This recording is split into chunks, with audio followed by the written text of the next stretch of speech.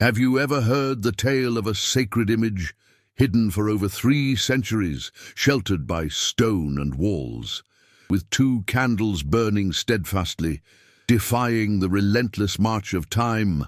Our Lady of Almudena, the guardian saint of Madrid, is more than just a Marian devotion. She is a living testament to unwavering faith, unquenchable hope, and a mother's love that has watched over a people for centuries. Chapter 1.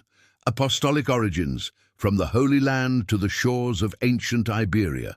Christian tradition, faithfully preserved by generations of devoted Madrileños, takes us back to the earliest days of the Church, when the apostles journeyed across the known world, spreading the gospel.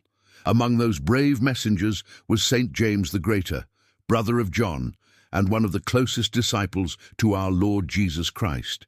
Ancient accounts tell us that St. James embarked on a long voyage westward into the Roman Empire, arriving on the shores of the Iberian Peninsula around the year 38 AD, when the region was still under Roman rule, and its people worshipped pagan gods. The apostle didn't arrive in these distant lands empty-handed. Tradition holds that St. James brought with him an image of the Blessed Virgin Mary, a statue said to have been carved by St. Nicodemus, the Pharisee who visited Jesus by night and later helped with his burial. It is believed that the image was painted by St. Luke, the evangelist physician, whom the Church recognizes as Mary's first iconographer.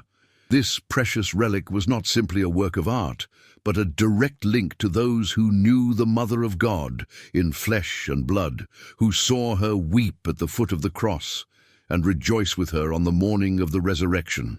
St. James, accompanied by his disciple St. Calogero, arrived at the small village that would one day become Madrid. In that strategic location, where the waters of the Manzanares River flowed and the hills offered natural protection, the apostle established a small chapel. There he placed the sacred image of Mary, planting the first seed of Christian faith in Madrid's soil. This early chapel became the spiritual heart of a burgeoning community of believers, a beacon of light amidst the darkness of paganism that dominated the region. The significance of these apostolic origins cannot be overstated. For the devotees of Almudena, this direct connection to the time of Christ means that Madrid was not merely won over to Christianity in the Middle Ages, but was consecrated ground from the earliest days of the Church. The image of the Virgin, later hidden within the walls, was not just any medieval carving, but a treasure that had endured through centuries, a silent witness to the transformation of Iberia from Roman times to the Visigothic era, when Christianity became the official faith of the kingdom. This foundational story connects Madrid with Jerusalem, with Calvary, and with the upper room where the Church was born. Each time a Madrileño prays before the Almudena, they are spiritually connected to those first Christians who received the image from the hands of St. James himself. Our Lady of Almudena is, therefore, a living bridge between the origins of our faith and the present day, a maternal presence that has accompanied Madrid since before the city even had a name. This ancient devotion makes the Spanish capital the guardian of an apostolic heritage that few places can claim with such force. Chapter 2. The Great Silence of 712. When stones protected the light. The year 712 AD marked a dramatic turning point in the history of the Iberian Peninsula. The Visigothic kingdom, which had ruled these lands for centuries under the Christian faith, was collapsing under the pressure of the Muslim forces who had crossed the Strait of Gibraltar just a year earlier. The defeat of King Roderick at the Battle of Guadalete had left the way open for the armies of the Umayyad Caliphate to advance rapidly northward, conquering city after city. The small village of Madrid, then just a modest settlement by the Manzanares River, could not escape this fate that loomed over all of Iberia. The Christians of Madrid lived through days of anguish and turmoil. News of the fall of the great cities arrived swiftly, and with them, accounts of how Christian temples were being converted into mosques and sacred images destroyed or defiled. The inhabitants of the village faced a heartbreaking decision: what to do with their most prized possession, the image of the Virgin Mary that, they firmly believed, had been brought by St. James himself. Some suggested fleeing with her to the northern mountains, where Christian resistance was beginning to organize. Others suggested burying her in some secret place in the countryside, but eventually, an idea prevailed that combined audacity with the deepest faith. A group of Christians, led according to tradition by a blacksmith whose name time has erased from memory, made the decision that would forever change the history of Madrid. The Virgin would not flee, nor would she be buried in profane ground. She would remain in the village as an invisible guardian, hidden but present, watching over her people even in the centuries of silence that lay ahead. With trembling hands but resolute hearts, these brave children of faith prepared a secret niche within one of the towers of the city's defensive wall, near what was then known as the Vega Gate. There, they reverently placed the sacred image. But before sealing the wall with stones and mortar, they performed an act that only the purest faith could inspire. They lit 2 wax candles next to the image of Mary, and then closed the wall, leaving the Mother of God in the darkness of the wall, accompanied only by those 2 small flames. This seemingly simple gesture held a profound theological and spiritual significance. The burning candles were a symbol that the light of Christ, which Mary had brought into the world, could not be extinguished by any earthly power. It was an act of absolute trust in divine providence, a silent declaration that, even though times were dark and faith had to be practiced in secret, the presence of God would remain alive in the heart of Madrid. The candles burning within the sealed wall were the constant prayer of a people who refused to lose hope. Thus began what the devotees call the Great Silence.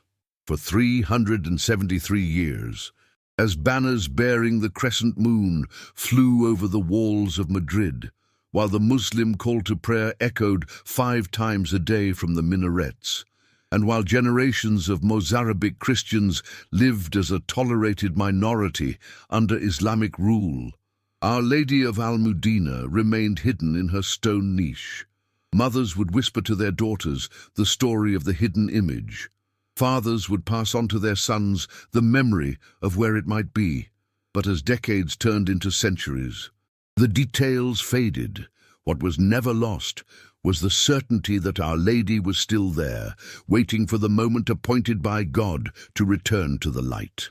Chapter 3. King Alfonso VI's Promise, a monarch in search of his guardian saint. Alfonso VI of Leon and Castile was known among his contemporaries as the Brave, a title that reflected both his military prowess and his iron determination. This monarch, who would rule from 1065 to 1109, was not only a conqueror of cities, but also a man of profound Christian piety.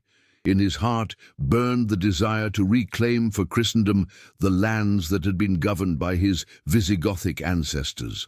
The Reconquista was not merely a political or military undertaking for him, but first and foremost a sacred mission, a crusade to restore the faith of Christ in the territories that had fallen under Muslim rule nearly 4 centuries prior. In the year 1083, the forces of Alfonso VI managed to reconquer Madrid, the small fortified town that the Muslims called Mayrit. Although the military conquest was relatively swift, the king did not feel that his victory was complete. Elderly Mozarabic Christians, who had lived under Islamic rule, approached the monarch with a story that immediately captured his attention and his heart. They told him of an ancient image of the Blessed Virgin, hidden somewhere within the walls more than 3 centuries ago, when their ancestors had concealed the town's most cherished treasure before the arrival of the Muslim conquerors. The tale fascinated Alfonso VI, who saw in this lost image a powerful symbol of the faith that had secretly survived throughout those years of occupation. The king immediately began the search. but soon realized that the task was more difficult than expected. Memories had grown vague over the long passage of time. The walls of Madrid had numerous towers and ramparts, and no one could pinpoint with certainty the exact location where the image had been walled up. Alfonso VI interrogated the oldest residents, consulted the clerics, examined every inch of the fortifications, but Our Lady remained hidden.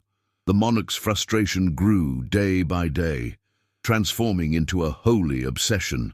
He had returned the town to Christian hands. He had reconverted the mosque into a church, but without the presence of the sacred image, he felt that something fundamental was missing from this restoration. It was then that Alfonso VI made a solemn vow that revealed the depth of his Marian devotion. The king pledged not to rest until he found the image of Our Lady, and declared that, if necessary, he would tear down the walls of Madrid, stone by stone, with his own hands, until he freed the Mother of God from her granite prison. But destiny called him to even greater endeavors. In 1085, after a long siege, Alfonso VI conquered Toledo, the ancient capital of the Visigothic kingdom, a victory that changed the balance of power throughout the Iberian Peninsula. This conquest represented the most significant Christian triumph in 2 centuries of Reconquista, and the king knew that his name would be etched in history for this feat. However, amidst the celebrations for the fall of Toledo, Alfonso VI did not forget his promise. According to the chronicles, the monarch had made a specific promise to the Virgin Mary. If he managed to conquer the imperial city of Toledo, he would immediately return to Madrid to fulfill his search for the hidden image. A king could break many promises made to men, but a promise made to the Mother of God was sacred and unbreakable. Thus, as soon as he had consolidated his power in Toledo, Alfonso VI began his return to the town of Madrid, bringing with him nobles, clerics, and soldiers. This time he would not come as a conqueror, but as a pilgrim, as a devoted son in search of his heavenly mother. The king was determined that this final search would not end in failure, and to that end he summoned the entire population to join in prayer and penance, preparing the way for the miracle that was about to occur. Chapter 4. The Miracle of November 9th. When the wall became a door, King Alfonso VI, fulfilling his sacred promise, ordered solemn preparations for the definitive search for the lost image. It would not be enough to inspect the walls again with human eyes. This time they would invoke the power of God through collective prayer and fasting. The monarch decreed 9 days of penance for the entire population of Madrid. 9 days of intense supplications where Christians of all conditions united in a single cry to heaven.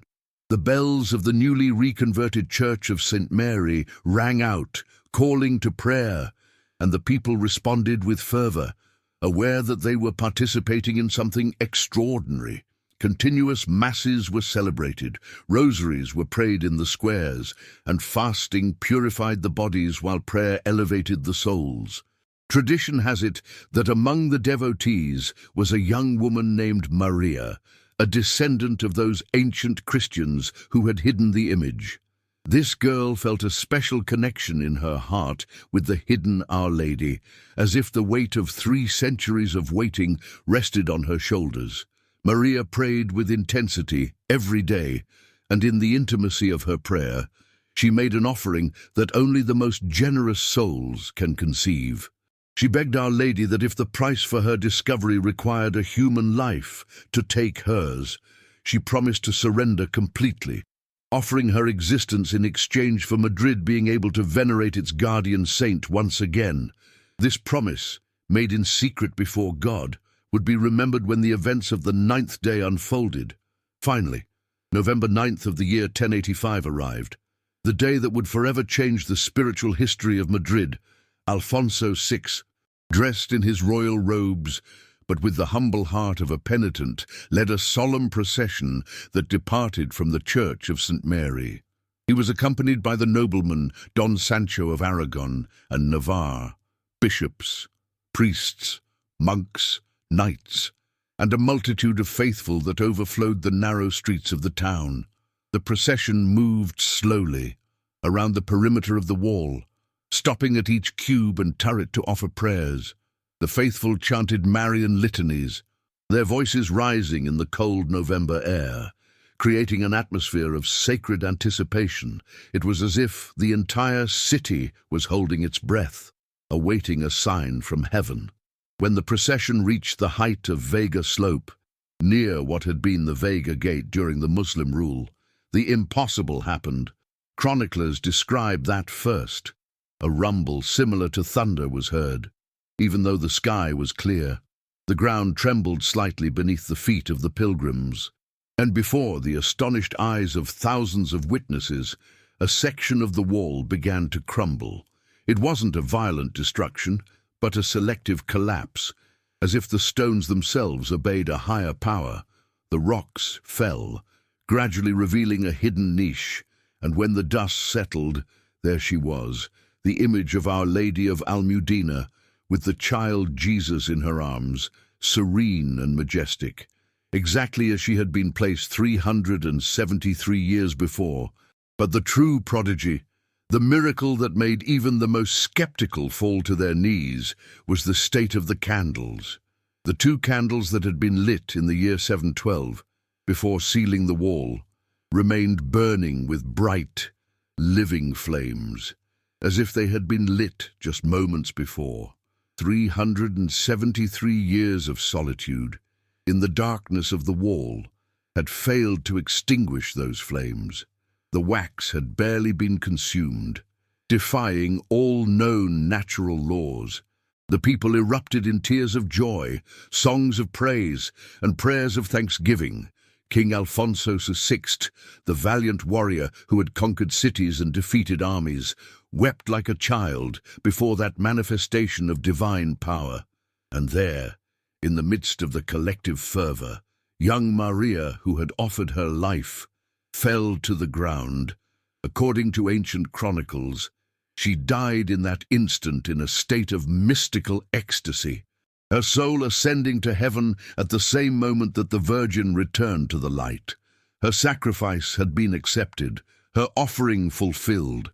The wall that for centuries had been a barrier had been transformed by divine will into the gate that returned to Madrid its greatest spiritual treasure. Chapter 5. The name that unites 2 cultures, Almudena, Mary's citadel. The name Almudena holds within itself a beautiful paradox, reflecting the complex history of Madrid. Unlike most Marian invocations that bear names of Latin origin or derived from Christian towns and cities, Almudena is an undeniably Arabic word. This fact, far from being a contradiction, has become one of the most fascinating and significant aspects of this devotion.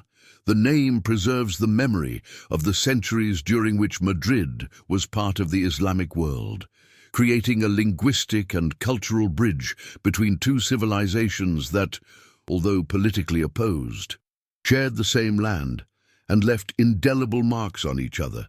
Scholars and historians specializing in the Arabic language have long debated the exact origin of the term. For a long time, it was believed that Almudena came from the Arabic word almudin or almudi, which means cereal deposit or granary.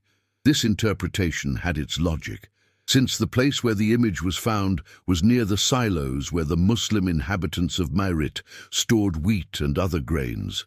However, more recent and rigorous research, especially the work of Arabist Jaime Oliver Asin, has established with greater certainty that the name derives from Almudaina, a diminutive of Al-Madina, which means the citadel or the small fortified enclosure.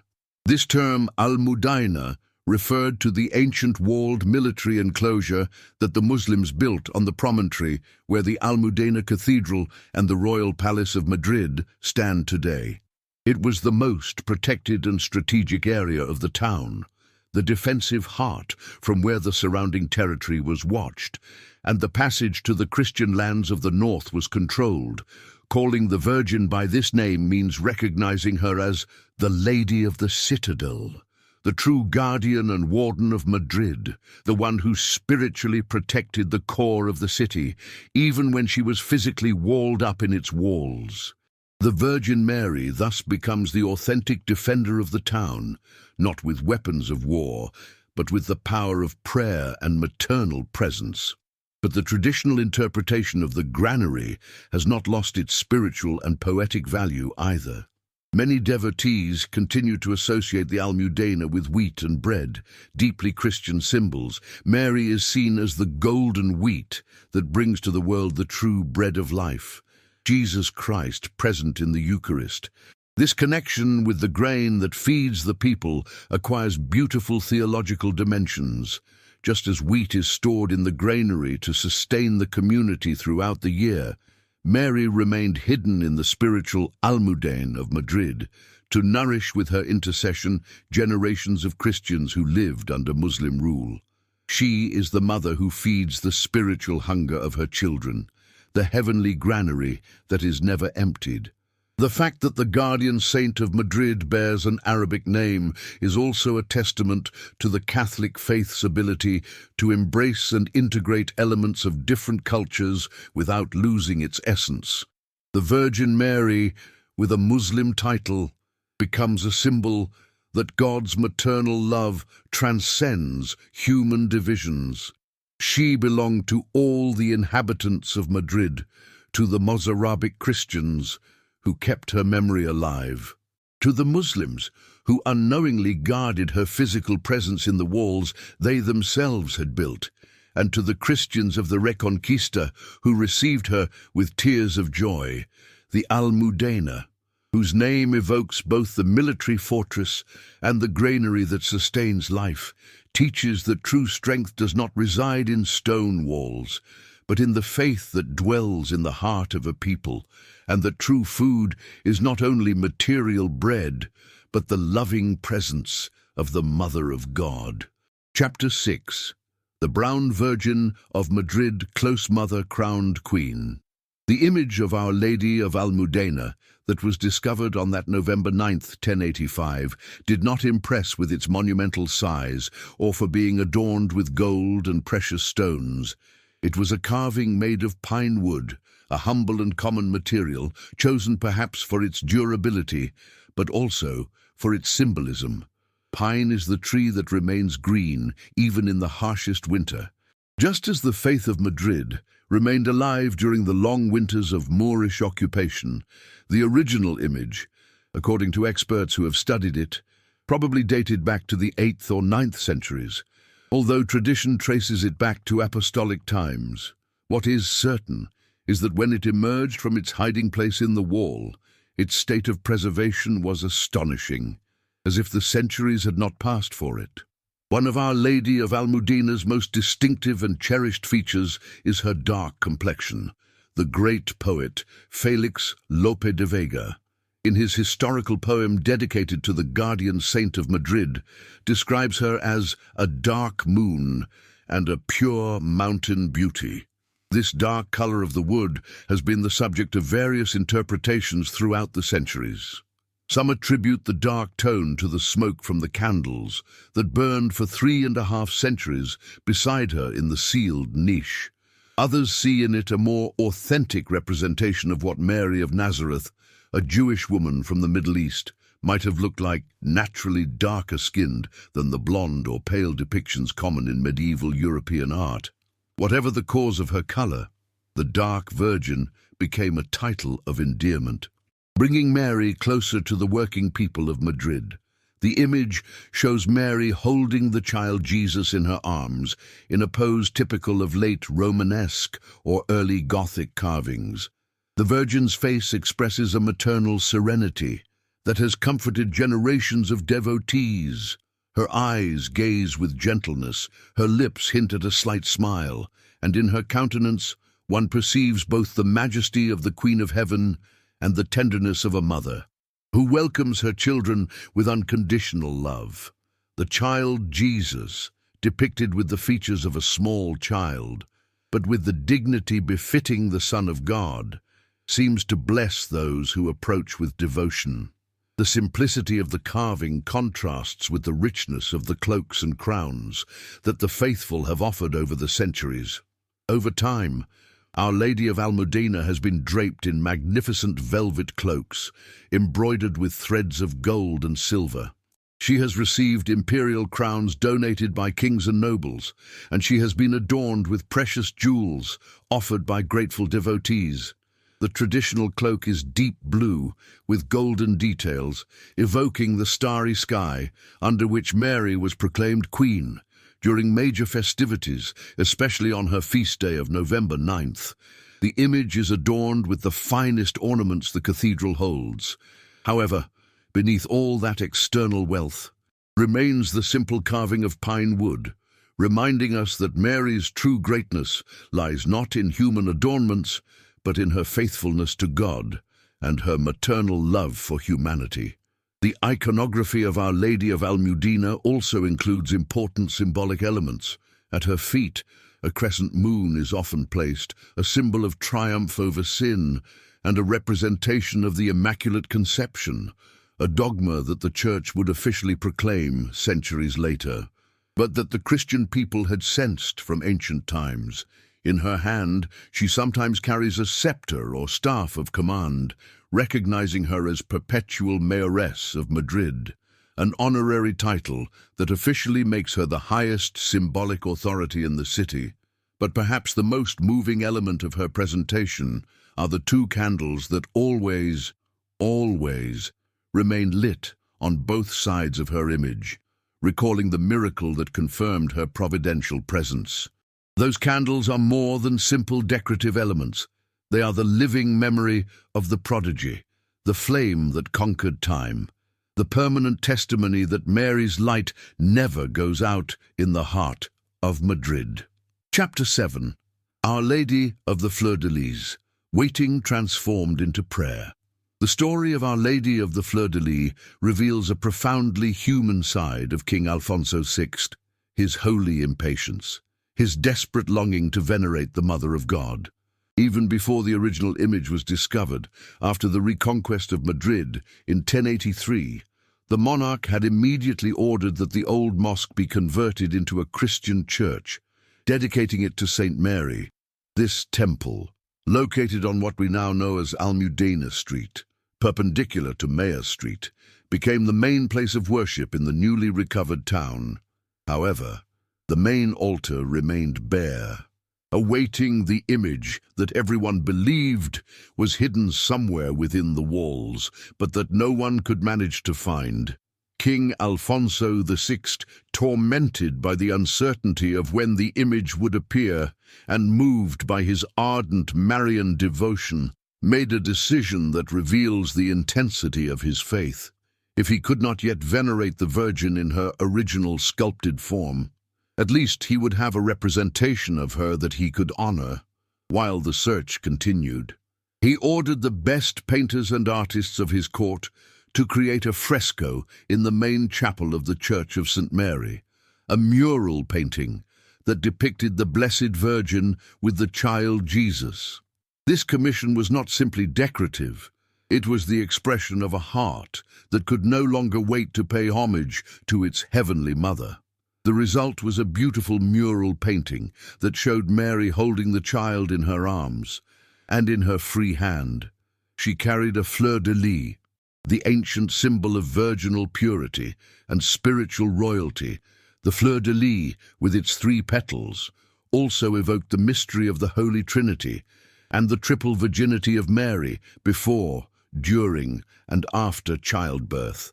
This fresco became an object of profound veneration during the years that passed until the finding of the hidden image in the wall. The Christians of Madrid came daily to pray before this painting, and according to the testimonies of the time, many graces and favors were granted through the intercession of the Virgin represented on that wall. Our Lady of the Fleur-de-Lis was, therefore, the first Marian image publicly venerated in Madrid after the Reconquest. The fascinating thing about this story is that the painting did not disappear or lose importance after the miraculous discovery of the original image on November 9th, 1085. On the contrary, it remained in its place in the main chapel, although over time it was hidden behind the altarpiece that was built later. There it remained forgotten for centuries, until in the year 1623, during some restoration work on the altarpiece, the workers made an astonishing discovery. As they removed some of the planks, before their very eyes appeared the ancient fresco that no one alive remembered. Our Lady of the Fleur-de-Lis, painted by order of King Alfonso VI more than 500 years ago. The discovery caused great commotion and joy among the people of Madrid, who saw in this second discovery a new sign of Mary's providential care over their city. Our Lady of the Fleur-de-Lis teaches a profound spiritual lesson about the nature of faith and hope. Sometimes God makes us wait for what we ardently desire, but that waiting should not be passive or sterile. King Alfonso VI, instead of simply lamenting the absence of the image he sought, transformed his waiting into adoration, his impatience into devout creativity. He ordered an image to be painted so he could pray while awaiting the miracle. This attitude teaches us that even in times of God's apparent absence, we can create spaces of beauty and prayer that keep our faith alive. Today, the fresco of Our Lady of the Fleur-de-Lis is preserved in the crypt of the Almudena Cathedral, where it continues to receive the veneration of the faithful. It's a silent testament that authentic devotion does not passively await miracles, but prepares the heart and the space to receive them when they arrive. The Fleur-de-Lis reminds us that every act of faith, however small it may seem, is a foretaste of the fullness that God has prepared for those who trust in Him. Chapter 8, Protector in Times of Trial, the Sentinel watching over Madrid. Throughout the centuries, Our Lady of Almudena has proven to be much more than a revered image on feast days. The people of Madrid have experienced her as a true protector in the darkest and most dangerous moments in the city's history. Chronicles and popular accounts are filled with stories of miraculous interventions, attributed to her intercession, from the healing of diseases to protection against natural disasters and human calamities. Each generation of Madrid has added new chapters to this living book of wonders, confirming the conviction that the guardian saint is not a figure of the past, but an active presence that continues to watch over her children. One of the most moving episodes related to Our Lady of Almudena involves Saint Isidore the Farmer, the male patron saint of Madrid. According to the tradition recorded in the Codex of John the Deacon from the 13th century, Isidore was a man of profound devotion to the Virgin Mary. Every morning, before starting his workday in the fields, Isidore would visit the church of Santa Maria to pray before the image of Our Lady of Almudena. On one dramatic occasion, his young son Ilan fell into a deep well. Isidore and his wife, Saint Maria Toribia, rushed to the scene, but the boy was at the bottom of the well, seemingly beyond their reach. Desperate, they both knelt and cried out to Our Lady of Almudena. According to the miraculous account, the waters of the well began to rise supernaturally until the boy floated to the surface, completely unharmed. This wonder further strengthened the devotion of the people of Madrid towards their guardian saint. During the 17th century, Madrid suffered terrible floods that threatened to devastate the city. The waters of the Manzanares River and other nearby streams overflowed, flooding streets, destroying houses, and endangering the lives of many inhabitants. Amidst the despair, on September 8th, 1646, the aldermen of the town made a solemn vow before the image of Our Lady of Almudena. They promised that if she interceded to stop the floods, they would go in procession to her feast every year to give thanks publicly. According to the testimonies of the time, the waters began to recede shortly after the vow was made, and the city was saved from a major catastrophe. Since then, This vow has been faithfully fulfilled, becoming part of the annual traditions of the Almudena festivities. But perhaps the most impactful testimony of the protection of Our Lady of Almudena occurred during the devastating Spanish Civil War between 1936 and 1939. Madrid was the scene of some of the fiercest battles of the conflict, with constant bombings that destroyed countless historical buildings and caused thousands of civilian casualties. The image of Our Lady of Almudena had been moved to the crypt of the cathedral under construction to protect it. Throughout the conflict, while the rest of Madrid suffered destruction, fires, and violence, the crypt where the image was sheltered remained intact. No bomb fell directly on it, no projectile reached it. When the war ended, the image was found in perfect condition, as if it had been protected by an invisible shield. The 21st century has added a new chapter to this story of providential protection.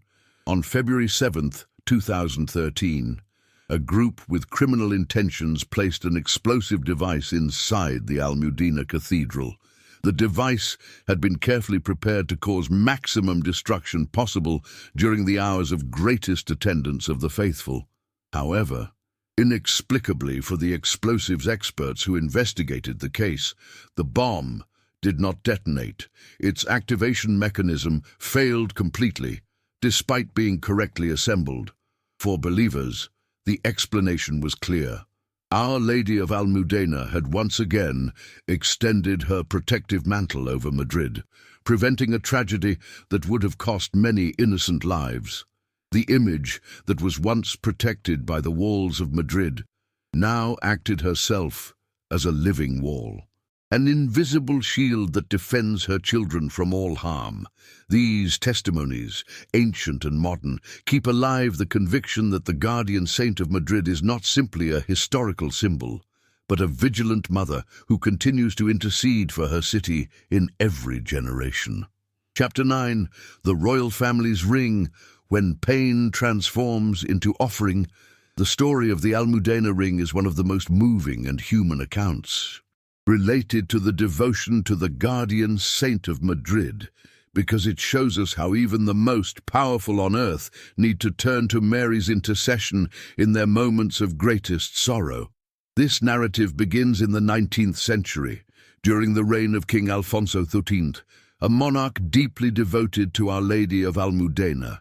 King Alfonso XIII had ascended to the throne after a tumultuous period in Spanish history, and his devotion to the guardian saint of Madrid was known to all.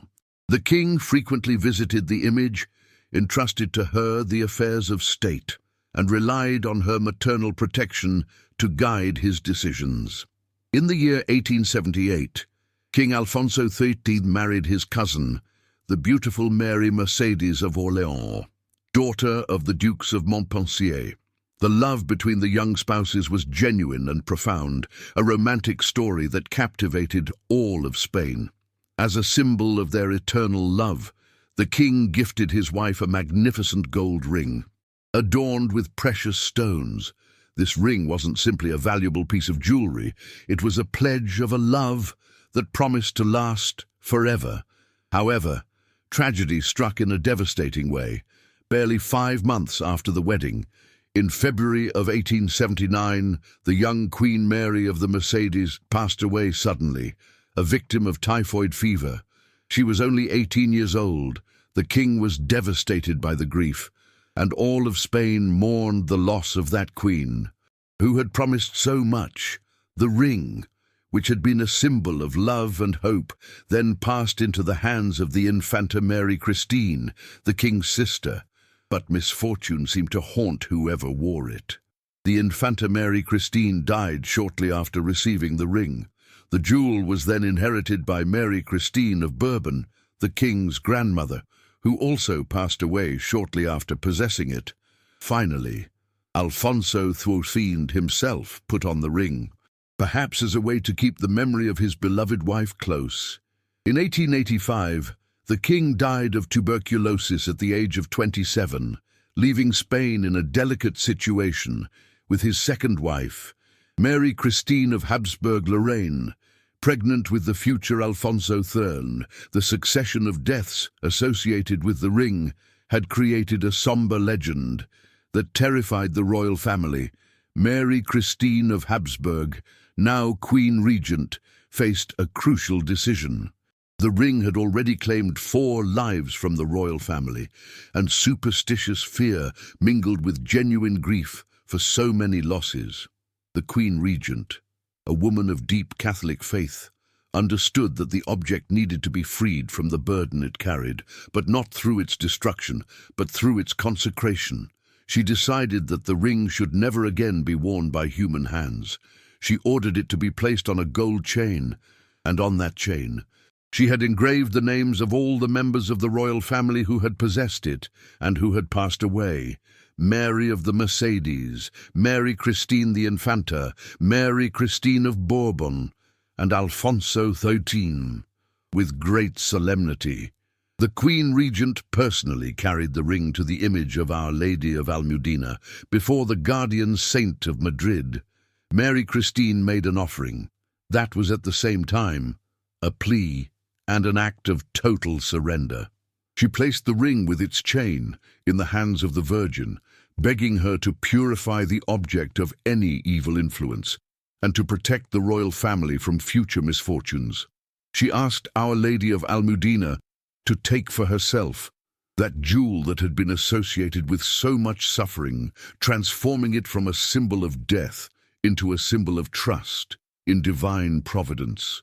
The offering was accepted, and the ring has remained ever since.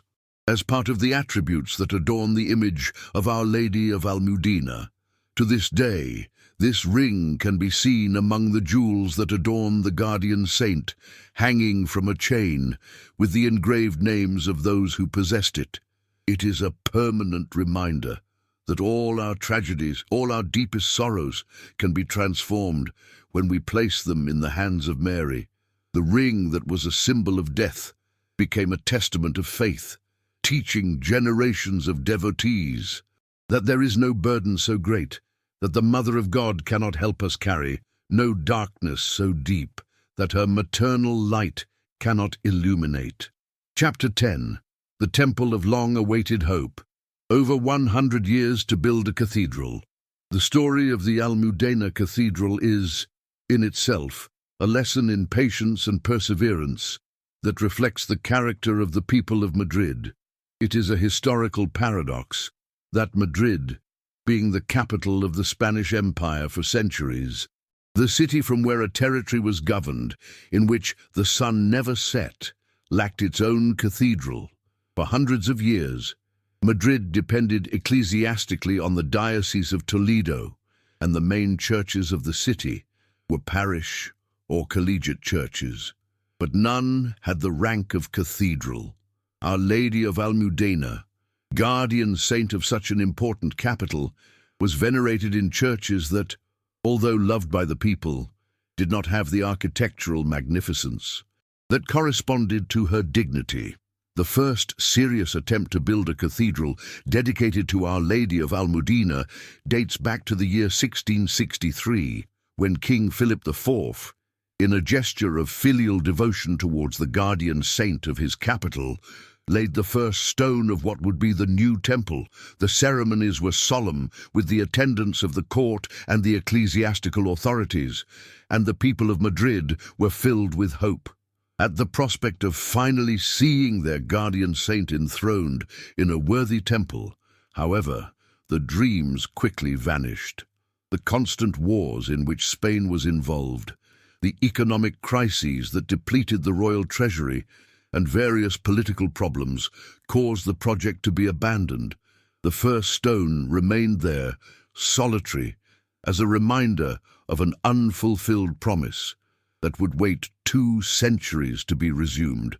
It wasn't until 1883 that the project was revived with renewed vigor. King Alfonso XIII, that same monarch who had offered the tragic ring to the Virgin, and who felt a special devotion to Our Lady of Almudena, decided to make the centuries-old dream a reality. On April 4th, 1883, in an act charged with emotion, the king laid a new first stone for the construction of the cathedral on the esplanade in front of the royal palace, in the very heart of Madrid. Alfonso XIII was motivated, not only by his personal devotion, but also by an intimate desire. He wanted his beloved wife, Mary of the Mercedes, who had died prematurely, to be buried at the feet of Our Lady of Almudena. The architectural project was commissioned to the Marquis of Cubas, who designed a neo-Gothic-style temple that would harmonize with the neighboring royal palace. But once again, fate seemed to conspire against the construction of the cathedral. Barely 2 years after laying the foundation stone, in 1885, Madrid was officially elevated to an episcopal see, creating the Diocese of Madrid-Alcalá. This administrative change, although positive in itself, complicated the project, because it altered the considerations about what type of temple was needed. Furthermore, the death of King Alfonso XIII that same year deprived the project of its main driving force. The works continued slowly, at a snail's pace. For decades, the successive political crises, the First World War that affected trade and the economy, the dictatorship of Primo de Rivera, the Second Republic, and finally, the devastating Spanish Civil War. All these events repeatedly hindered the progress of the construction. After the Civil War, construction resumed with renewed vigor, but with significant design changes. The neo-Gothic interior was complemented by neoclassical elements on the exterior to better harmonize with the royal palace's architecture. Entire generations of Madrileños were born, grew up, and passed away, seeing the cathedral under construction, leading to a local joke that it would never be finished. Finally, more than a century after King Alfonso X laid the cornerstone, the dream was realized. On June 15, 1993, Pope John Paul II solemnly consecrated the Cathedral of St. Mary Royal of Almudena. It was a historic moment. The first cathedral consecrated by a pope in the 20th century, and Madrid finally had the temple its guardian saint deserved. On June 10th of that same year, just days before the papal consecration, the image of Our Lady of Almudena had been solemnly processed from the Royal Collegiate Church of San Isidro, where it had temporarily resided, to its permanent home on the main altar of the new cathedral. The long wait was over. The cathedral teaches us that some of God's blessings take generations to materialize, but that faithfulness and perseverance are always rewarded in due time. Chapter 11. The Feast of the People of Madrid. November 9th, Tradition, Flowers, and Faith. November 9th is a special day in Madrid, a day when the entire city celebrates to honor its guardian saint, Our Lady of Almudena. This date commemorates that miraculous day in 1085, when the image was discovered in the wall with the candles still burning, and since then, every year, the people of Madrid renew their covenant of love and devotion with their Heavenly Mother.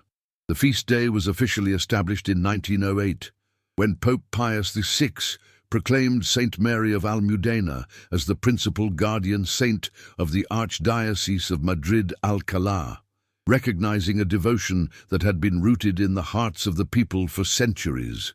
From that moment on, November 9th was established as a local holiday, a day when the usual rhythm of the capital stops to give way to religious and popular celebration.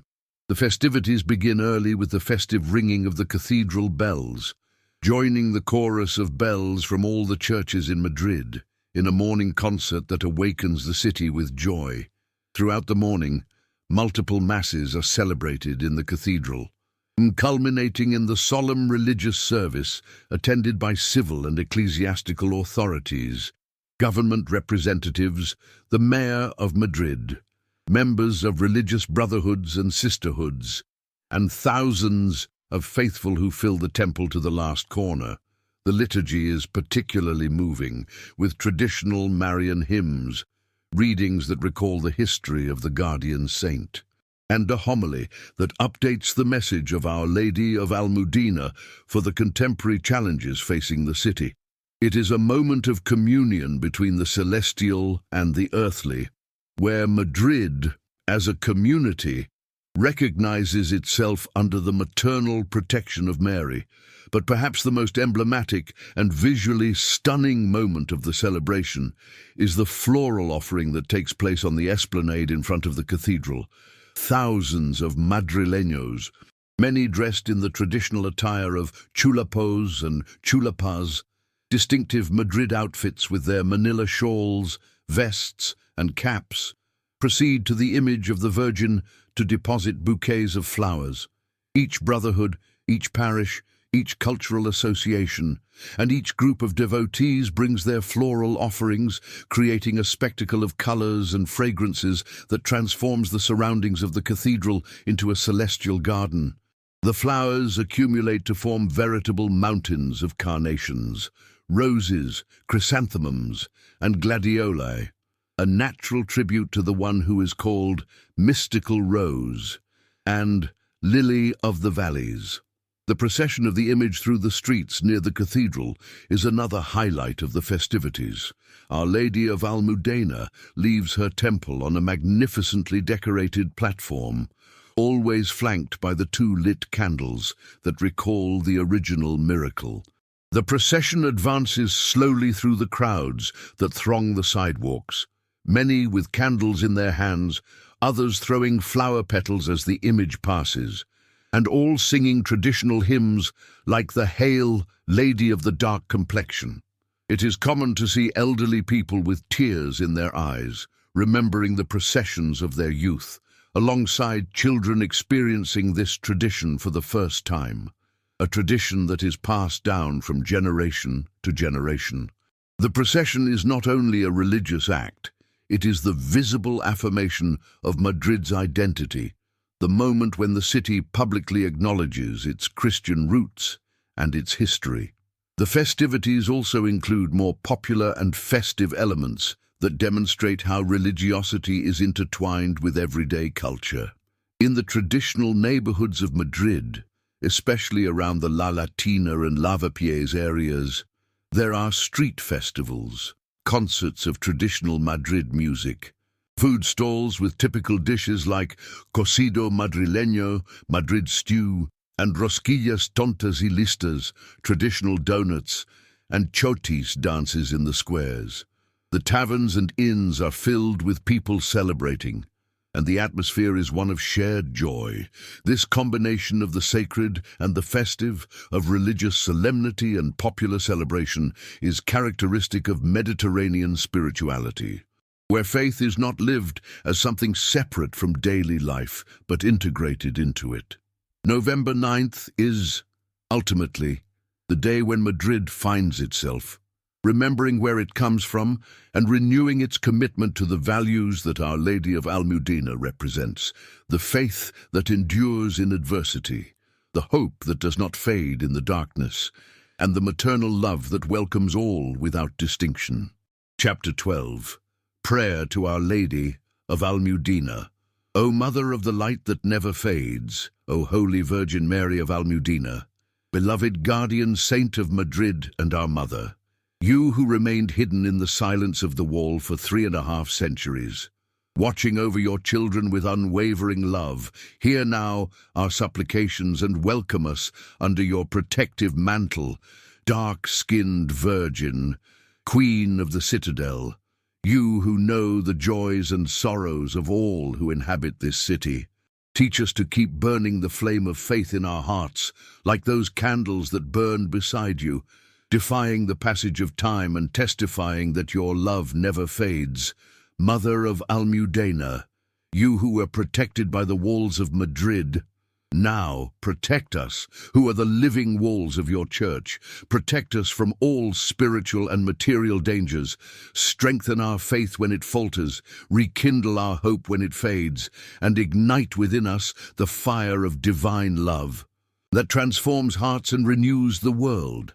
Guardian Saint of Madrid, perpetual Mayoress, intercede for our city before your Son, Jesus.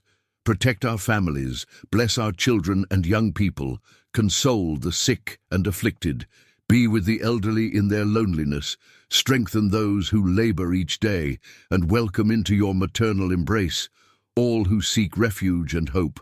Oh, Our Lady of Almudena, just as King Alfonso VI fulfilled his promise to seek you out, help us to fulfill our promises to God and to live our Christian calling faithfully. Just as that wall crumbled to reveal you, crumble the walls of our selfishness, our divisions, and our sins, so that your light may shine in our lives and illuminate the path for all those around us. Blessed Virgin, vessel of grace, nourish us with the bread of life, who is your Son, so that we may never lack the spiritual nourishment that sustains our souls on their earthly pilgrimage. Grant that, like the wheat stored in the granary, we may be fertile grain that dies to bear abundant fruit in works of charity, justice, and peace. Mother of Almudena, into your hands we place our lives, our dreams and hopes, our joys and our sorrows. Remember us especially in the hour of our death, so that, as we close our eyes to this temporal life, we may open them to the eternal light, where you reign gloriously alongside your Son, in the endless joy of heaven. Our Lady of Almudena, pray for us now and forever. Amen. Holy Mary of the Royal Almudena, protector of Madrid, pray for us.